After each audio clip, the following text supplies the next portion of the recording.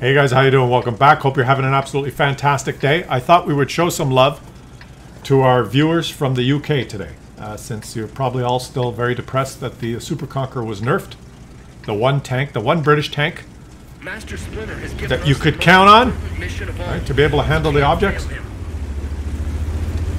been nerfed, guys. I know. I feel for you.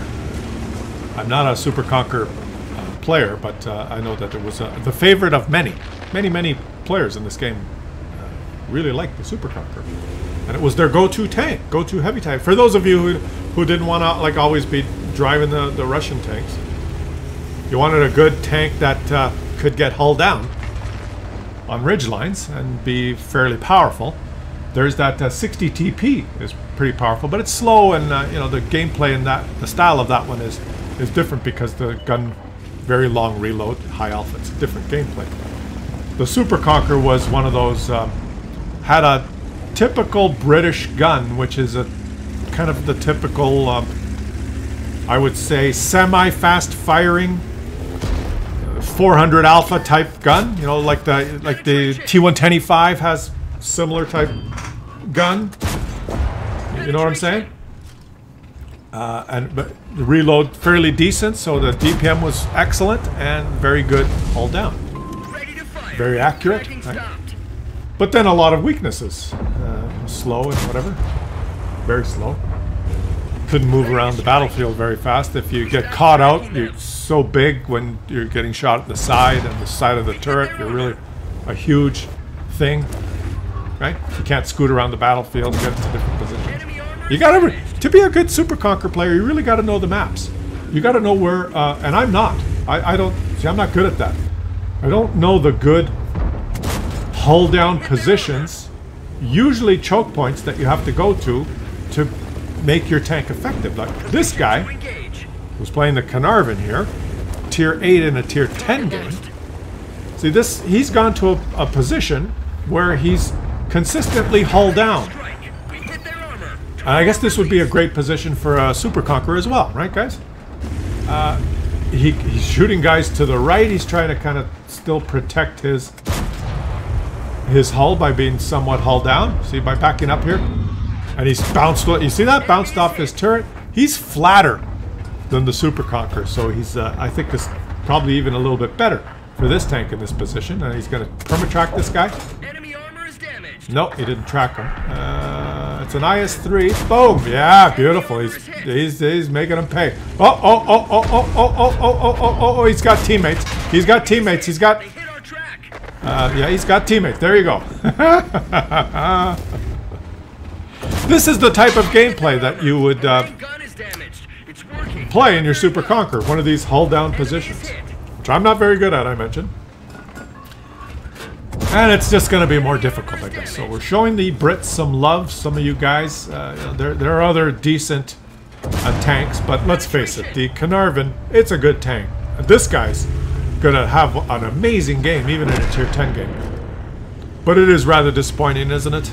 That your beloved tier 10 is a longer reload, the DPM reduction. It's just, I don't know. We're going to see two very nice games in British tanks because we have to show some love. Oh, come on. That's a good tank hull down, but he's nowhere near in a good hull down position. Oh, you know, kick, punch, stab. This guy's doing good. 4,000 damage. That's the thing about the British tanks. You know, they're fast-firing, accurate guns. Good gun handling is kind of the trademark. Good gun handling. Fairly decent reload.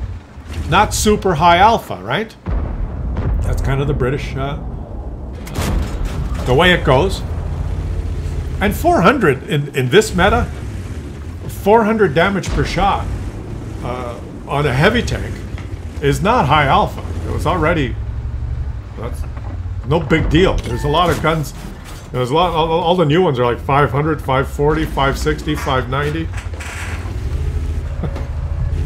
So I don't know. Anyways, whatever. Wargaming knows what they're doing, right?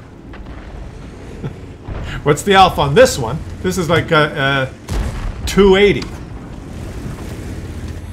Death by 1,000 cuts is the way it is in the Carnarvon. And he's just slowly picking away. And whoa, ricochet. What you got to do in the Carnarvon, you have to remain hull down. It's because you're, I guess, in pretty much every British tank. Because if your hull is showing, you don't want to be hull up in a British tank. Because they got shit hulls. They're big shoebox hulls, right? All of them, basically. Can you think of one that's not? They're all like a big rectangle. So you got to be hull down. You got to protect that hull. It's the turrets that are decent, especially in this Carnarvon. Like the turret outclasses the hull by a huge factor. Difficult to penetrate the turret, but not very difficult to penetrate the hull. Okay, so here he goes. Where is he going to go? Is he going to try and shoot? The enemies are in force on the beach, like Mimi on the beach, right? And there's a Progetto somewhere over there. There he is. And he makes him pay with 285. For 280 alpha, he doesn't reload that fast. I guess he does. I guess it's a decent reload. It's not overpowering. And he's fighting tier 10s, very underwhelming. If you're a tier 10 and you see a Carnarvon, usually the correct thing to do is just press the W key. Go kill the Carnarvon. If you fight a Carnarvon and let him remain hull down, even if you're a tier 10, if you allow the Carnarvon to... Can he just shoot that... Isn't that ship destructible? I don't remember, actually.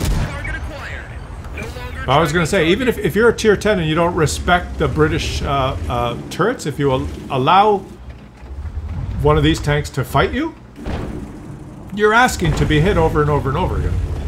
Because the gun's accurate enough to hit the weak spots. Right? And now the enemies... Ooh. It's my call. That was a weird... That was hit the side of an... That was... The fact that penned was surprising to me. Now, shoot that... I don't... No, that's not destructible. Everything's destructible down there, but not that ship. That's right. Those tank barriers are destructible, but the ship, that thing is not. Alright, so what does he do now? He stays here like a sentinel, protecting this... maybe get behind your dead teammate. That would be a good position. You choose which teammate to get behind. But he's going to poke that ridgeline. Why not go behind this dead tank and do it? Well, that's another option. Then you could get on a little bit higher ground and peer down behind the dead tank. Let's take the shot. Tracking stop. Oh, he's doing well. He knows that he has to protect. He can't poke out there and show his hull because they'll pen it easily. It's 8-8, very close game. This he knows the strength of his tank. He knows what his tank can do and what it can't do. And he's not gonna throw his HP away by just poking over the. You poke over here just to look. They're gonna shoot you in the lower plate, right? So he can't do that. Maybe he can get a different angle here. Let's see. Okay, he's got to worry about guys. The Skoda now could probably shoot. No, the Skoda can't. There's topography in the way.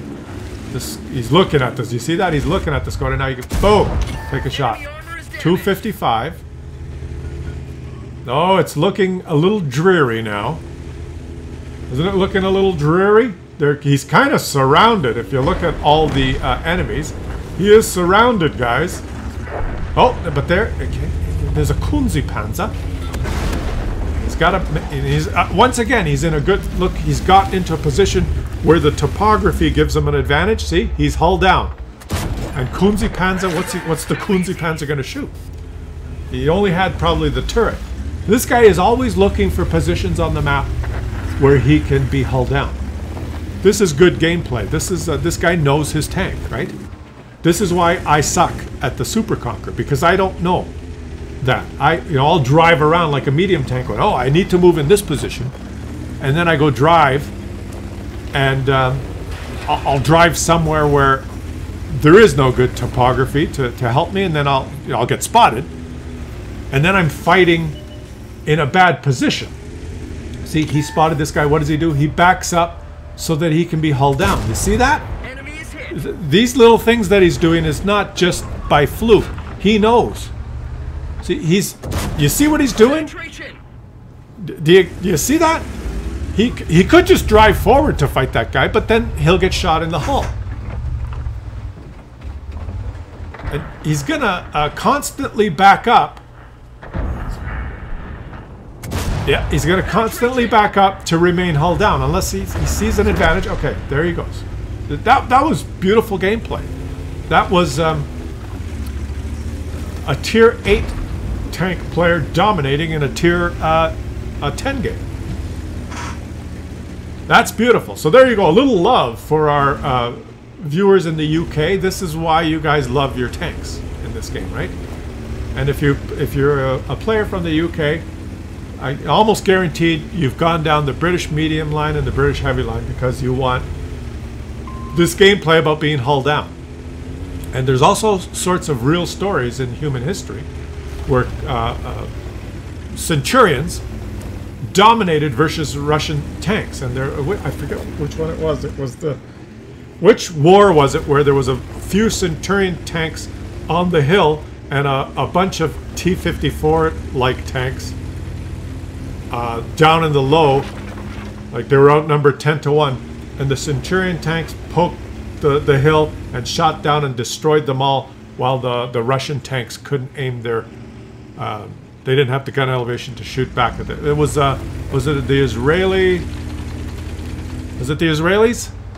I don't know which one it was, guys. Some of you guys that are watching from the UK are gonna know, because people from the UK know history. Let me know what it was, but it was a real life example of Centurions using their gun depression to annihilate an enemy force in some desert area. Forgive me for my lack of knowledge of the history. I should have looked it up, but it just came into my head. I could have looked it up.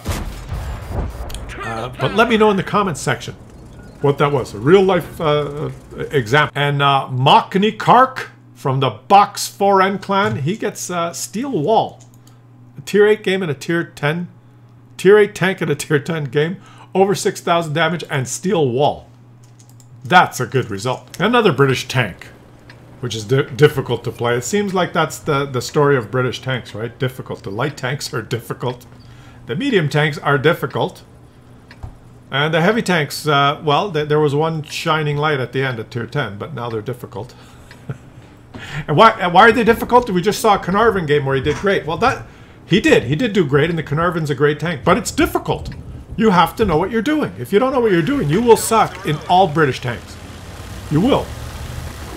If you're not, like, if you're just starting this game, they're not a user-friendly tank line to go down. Like, you don't start with the British tanks. You're going to be rudely awakened. So I imagine that there's a lot of players from the UK that have grinded the British lines and are just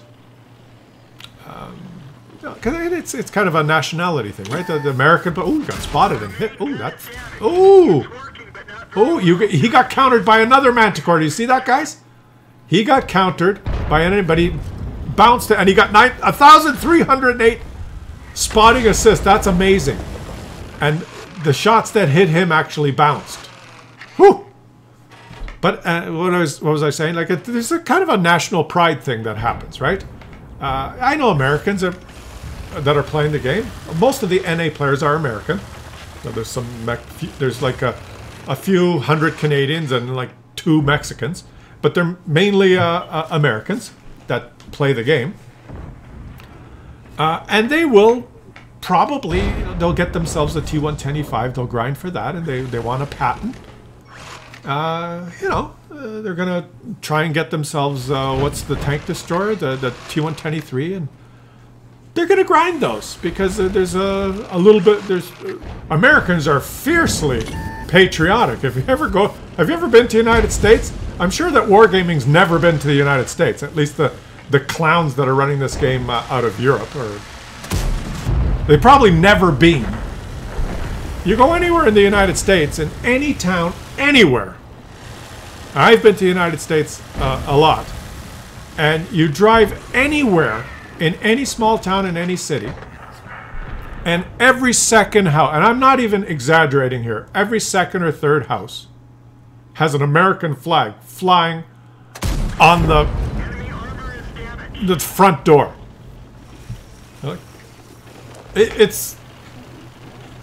You're Americans. There's probably some posh neighborhoods where maybe there's one out of 5 houses have an American flag. You guys that are watching from the U.S., you know what I'm talking about, right? Especially in rural America and small town America. You drive down the main street of some small town, you're going to see 200 American flags. Of course they're going to grind the T125 and the Patton, right? And people from the UK are also fiercely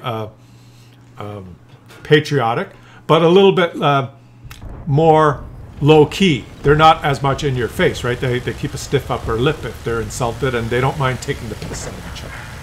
Right? They'll laugh about themselves and make fun of themselves, but they are fiercely patriotic. When you diss someone from the UK, like if you nerf the Super Conquer, a lot of you players from the UK are going to go, oh, well, you're going to be upset, but you may not show it. You might say, well, righto, looks like I'll be taking the Manticore out more frequently. Right? You're going to, you react a certain way in your proper British way, but you know that that they've slighted you, right?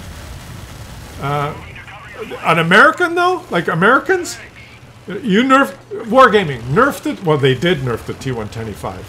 They did, and a lot of Americans said, "Fuck this game." You take your object and stick it up your ass and go fucking play something else. That's the American reaction, right? Look at the player count, and it's actually stabilized on the NA server and maybe even ticked up a little bit. But in those days when they nerfed the T125 and the overpowered objects came out, Americans are going to say, "Oh, fuck you." There's other. They're like that. They're like, it's I don't have to play this piece of shit game. Fuck off. That's the American, as opposed to they're not proper. They don't keep a stiff upper lip. So, and I believe that Wargaming has no clue on because they have a global player base. And I believe that they're simply now kind of catering to China is the next market, because there's a lot of Chinese people, and well, obviously the Russian player base, even though they're playing on the EU server now, to make the decision. I'm still harping on the nerfing the Super Conquer. To make the decision to nerf the Super Conquer, it just tells me, like, whether you agree or not, it doesn't matter. This is a game, right? There's patriotism and pride and all that kind of stuff that kind of mixes in with this stuff. The idea to nerf the Super Conquer when kind of the EU server is one of their top sources of income and server, and so many players from the UK, just tells me that they have completely lost touch or have no idea how pride and influences people's psyche and mentality, and whether they're going to enjoy the game or play or spend money. They have no clue how that kind of stuff affects the way people, their perception of the game. They just don't. They're just completely clueless to that, and that is because they are from places that don't understand that. They just don't get it, or they just cater to their own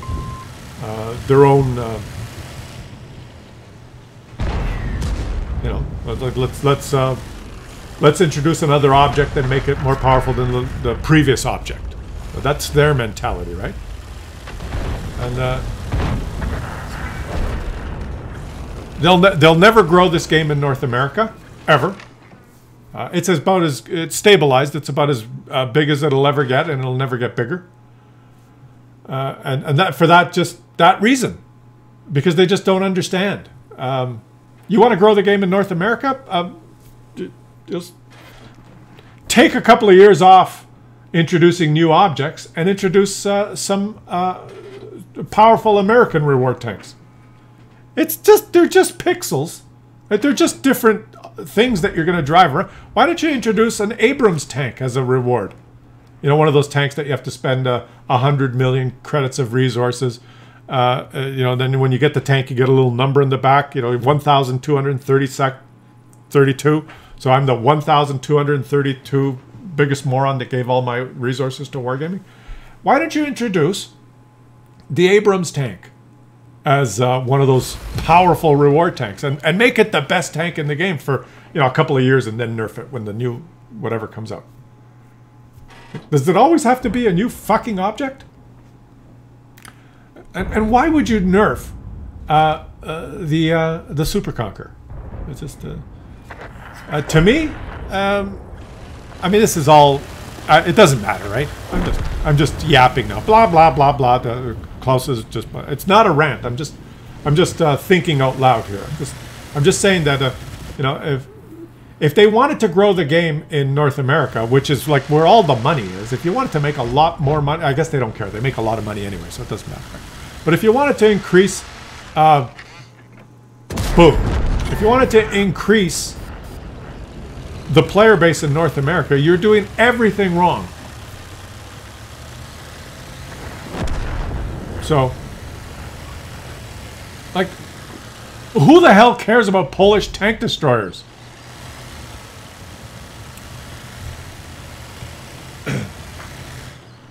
Anyway, it's just like I said, this video is to show a little love to our players in the UK, and I feel for you guys. I feel for you guys because I was the guy. Put my hand up. I was the guy when I started this game, and I was in a clan in my early days, and we were playing clan wars and stuff. And in those days, the tank you had to have for clan wars was the T110E5, you know, and I was a new player, and I didn't have any tier 10s, and I'm asking them, well, what tank should I grind to? The Super Conqueror didn't exist then, right? I said, what tank should I get, you know, because I want to be able to play clan wars and stuff. And they said, well, you got to get a T110E5 because it's really good hull down. And it was an American, or an NA server. They said, yeah, and we like to play the American tanks, and it's the best one for clan war. So I'm grinding. And in those days, right, there were no booklets and blueprints and stuff, and I'm playing for free. And it was a lot of grinding to get the T110E5, building up the crew and all that stuff. And I finally got it and played 2 or 3 clan war things, and then they nerfed it. And I was a new player. I just spent all this time to get the T110E5, and I played twice in clan wars. And then one day I log on, and the commander of the clan says, oh yeah, we're not using T110E5s anymore, it's shit. I go, what do you mean it's shit? Because I didn't keep up with the game stuff. Oh yeah, they nerfed it. The Copola's a weak spot now.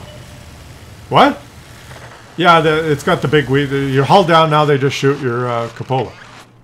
I go, but wait a minute, I just spent like 7 months grinding it. You said it was the best one. You said that's the one I had to get. Yeah, but it was the best one yesterday. But it sucks now. Well, it sucks. Why does it suck? Well, Wargaming said it should suck, so now it sucks. Oh, which one should I get now? And I think was the mouse was the next one. Yeah, we need to get a mouse. The mouse is the best. You can't track the mouse and do damage.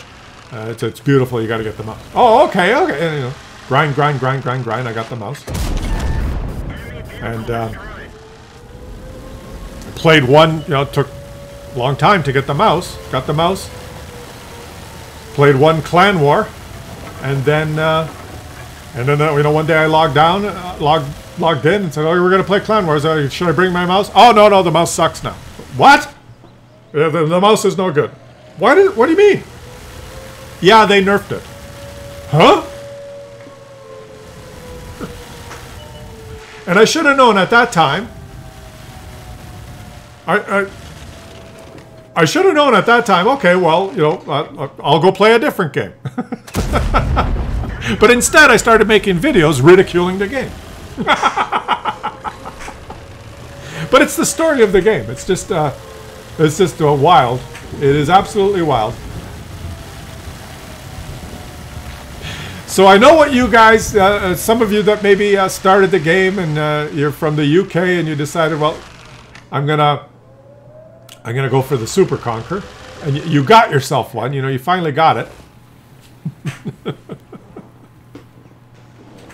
and you played 10 games, and you're just getting. You know, it's hard to get used to. You're thinking, oh, you know, maybe you didn't do too well in your Super Conquer yet. It's slow. I gotta get hulled down. I'm not really.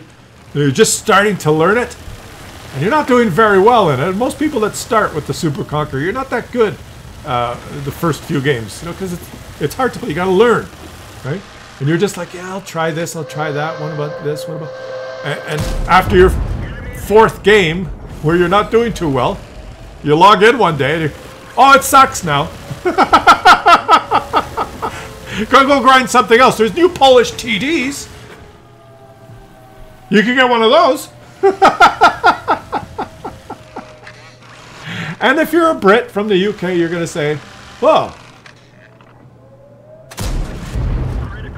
Well, why are you shooting HE? Because you're running out of ammo. You're going to think, oh, well, righto. Time to grind something else. And if you're an American, you're going to say, fuck you. Take your game and stick it up your ass. Boop. Oh, man. What penetration do you have in your HE shell? 60. Why did that not pen on the side? That's you got trolled there, buddy. You got trolled. I think the Foch B, doesn't it have 50 HE, 50 HP or 50 armor on its side? This is the story of the UK player. Try as hard as you may, grind as hard as you can. Be as careful as possible. Do the best you can, and what do you get? This is what you get. You're shooting a Russian target here, guys. There you go. You get trolled is what you get. The side of the Russian tank does not penetrate. And now you've got no more ammunition. The British light tank line is very difficult, so you better go for the heavy line. Oh, wait a minute, that's been nerfed. Get the Centurion Action X so that everyone can pen your turret easily when you're hull down. Alright, he's going to say, screw this, go drown yourself.